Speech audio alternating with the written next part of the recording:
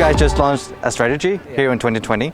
Can you try to explain what that is about and well, why? It's the European Commission, Commissioner Dalli, the Commissioner for Equality, and we are very happy that for the first time the European Commission has one commissioner dedicated to equality.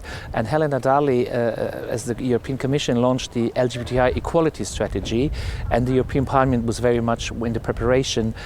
Commissioner Dalli worked very much with the European Parliament, but also with the civil society, with ILGA Europe, with the transgender associations, with rainbow family associations. So that's a strategy now for the next 5 years. Europe can do some things, but we can't do everything. You know, we have the treaties and we have some competences.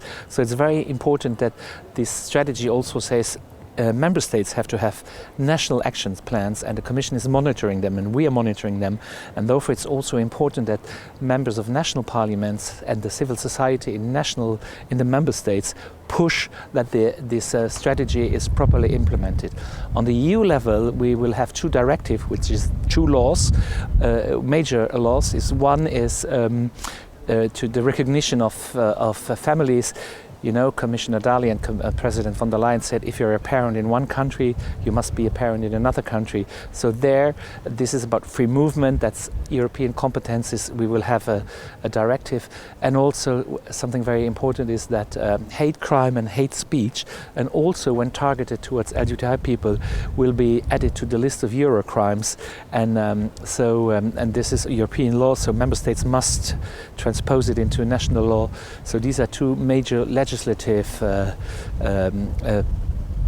points in this strategy, but there's also a lot of recommendations, and but we can't do everything from Brussels. We have to work together with the colleagues in national parliaments, but also with the colleagues, activists on the ground in the member states. Mm-hmm. Well, if you take like kind of the negative glasses on, how long do you think it will take for this strategy to be implemented into the European countries? Well, we are confronted now. We're confronted now with a few member states where there is a lot of regression. So in many member states, I think I'm positive it will go forward, and there is already a lot achieved. I mean, here in Denmark, but still, there can be backlashes everywhere, and we have to defend what we have. And especially, we also focus a lot on trans and intersex people. They have been in many countries forgotten, and we need also better legislation for them. So this strategy is for 5 years. I hope that there will be progress when we measure it, when we see the results in 5 years. But this is an ongoing fight, and we have to continue working for our rights, to get more rights, but also defending those we have. Because, as I said, you see what happens in Poland and in Hungary, and therefore I'm so happy that my friend Cyrus is here, who was so active in a resolution we voted in July to condemn the very anti-LGBTI legislation in Hungary. I would actually like to dive down in transgender intersex a little bit. Mm-hmm. What are the main points on that in the strategy? Well, for trans, it's that self-determination and depathologisation. You know, these are important aspects. And also for intersex, is a ban on medical intervention on babies if there is no medical need. You know, this forced, these operations into this is something which should be banned. And some countries already have legislation, and this is something we have to raise also more awareness of this, because this is mutilation of babies, and we cannot tolerate that here in Europe. Well, what do you think is the long prospects of the Intergroup in Europe? Do you have anything planned next after the strategy, or? Well, of course we are constantly, European legislation is evolving, and we are constantly monitoring what is going on, and we're trying to get organized also to be strong vis-à-vis the anti-gender movement, which is infiltrating also European politics. So we have to be very watchful and come up with ideas and push the Commission to do more, and push the Council to be active and to keep the LGBTI questions high on the agenda. And I always say that we don't fight for extra rights for LGBTI people. It's just about equality and the same rights. And this is sometimes people who are against us, they say, all you want. No, it's just the same rights. And I think we're only equal until we're all equal.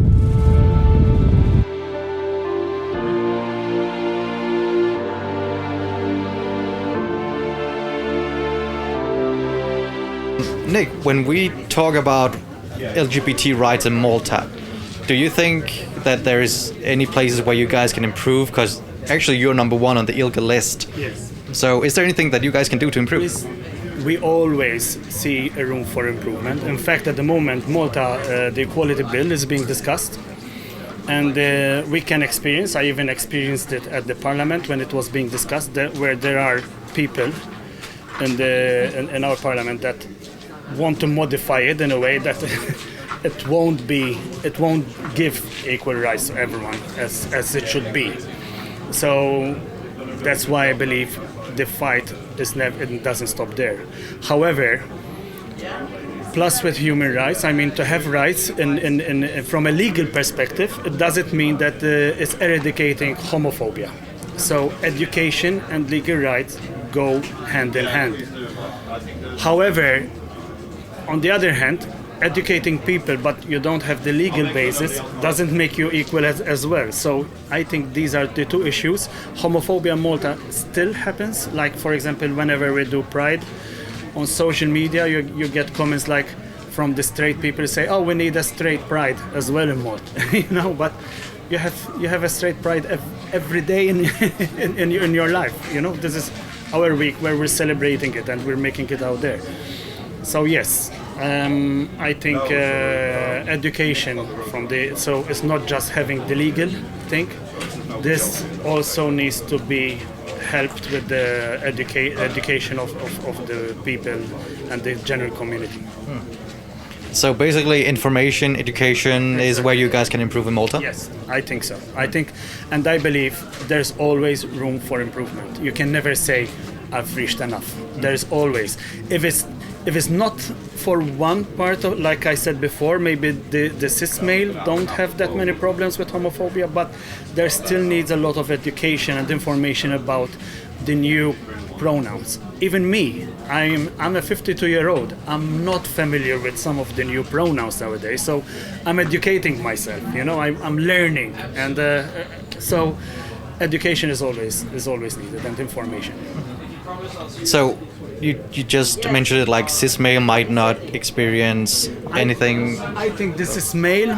We hear it a lot from the community, especially from this is male, where we say, but when we never experienced homophobia. But speak to trans women, they experience a lot of homophobia. So non-binary nowadays are even experiencing mistreatment from other members of the community themselves, because people cannot understand the non-binary matter, So I think even within the community sometimes we need to inform ourselves more about bisexuals and stuff like that. So yes, information is needed out there. So as I say, I tell my younger counterparts, I'm 52, this pronoun thing is a new language for me. I'm learning, so don't be offended if sometimes I use the wrong pronoun, but it's needed. When we look at LGBT rights throughout Europe, we are all at different places and we all have different things to fight for. What is the core issue as you see it when you look through Europe? What is the thing the goal that we have to achieve right now? That's a huge question, because there's such a huge difference in where we are in terms of rights across Europe. I think one thing we have to remember is that gay rights are advancing across the Union. And let me say as well, there's a big difference between what the citizens of Europe are thinking and what their leaders are thinking. We've just seen new polling from, for example, Poland, that says that a majority of Polish people are actually for LGBT rights. Their leaders are not. But that also comes down to gender recognition. And I think a key important issue is gender recognition. Letting people decide and say, I am this gender, and believing them. I think that's so important. Obviously, I believe in marriage equality. I believe in the right to adopt and so on. But I think the question of gender is so key to the European question, and the right to say I am who I say I am should be at the center of our struggle. Well, when you look at like Eastern European countries, they are having different struggles than we have here. Like in Central Europe and Northern Europe, that trans is a big topic, transgender and their rights. I've talked earlier on with people from Latvia and from Poland, and like even same-sex marriages or recognition of a couple of the same sex is an issue. What can we do about that? I mean, it's so true, but in the same way, I think we're moving in the right direction on those issues. New polling from Poland, for example, shows that a majority of Polish people are actually for legal marriages between people of the same gender. I think we're moving in the right direction. We've seen incredible movements in countries such as Ireland, which are Catholic and which have until very recently been considered quite conservative. That when you ask the people what they want to do, when you actually go out there and say, what do you want to change? They say, let's have marriage equality. That's what happened in Ireland. I think that is exactly what will happen in the rest of Eastern Europe. There's a huge difference, and I think this is such an important point. There's a huge difference between what the populations think, what the population thinks about their brothers and sisters and neighbors, and what the political leaders think.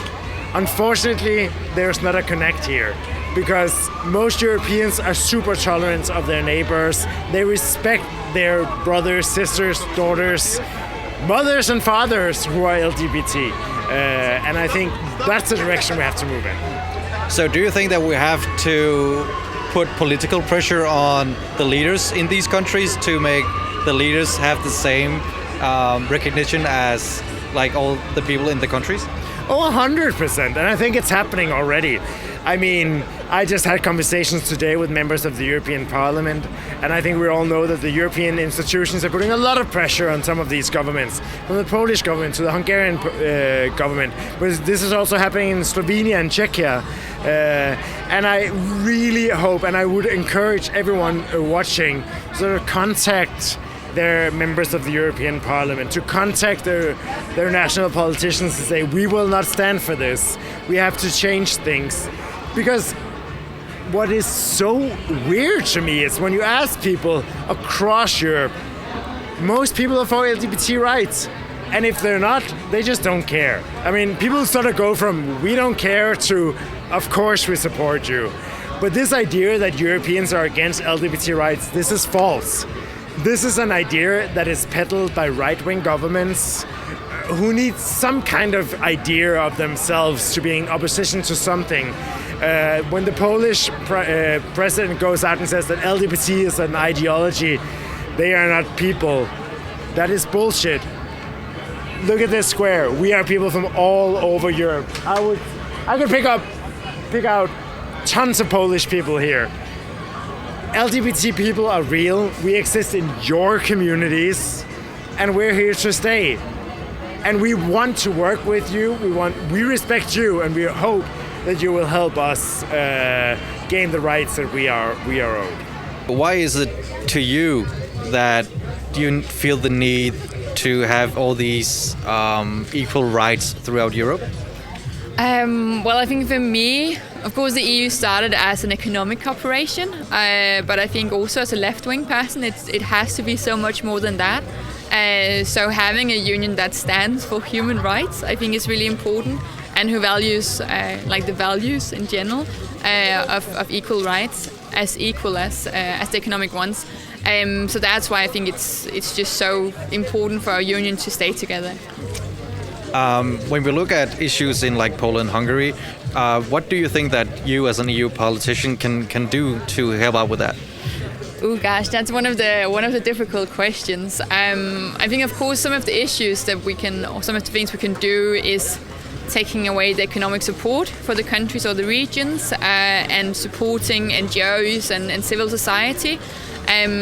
But it's really difficult because I think lots of it comes with also the ability to change the culture and the norms in different groups of the society. And that's just a really hard work to do. Like in Denmark, we're still in that progress. But those are some of the issues that we try to tackle and discuss. You've come up with a new strategy that rolled out here in 2020 and goes on until 2025. Is there any pinpoints on that you like in particular? Yeah, I think that actually quite a lot. I read it again yesterday and was like, okay, it's not the worst. So there's going to be some legislation on EU hate crimes, stating that like hate crimes against LGBTQI people are also an EU crime. So I think that can be really great. And then also a revision of our labor laws, ensuring that if you're, for example, a same-sex couple, you can travel with your partner and have that partner recognized. In general, do you think it's important for EU to make these suggestions on laws so that we get a more equal picture throughout Europe? Yeah, I think in general, as an EU citizen, I think it's a right to be who you are in all member states, not just the northern and western European ones. So that demands EU legislation.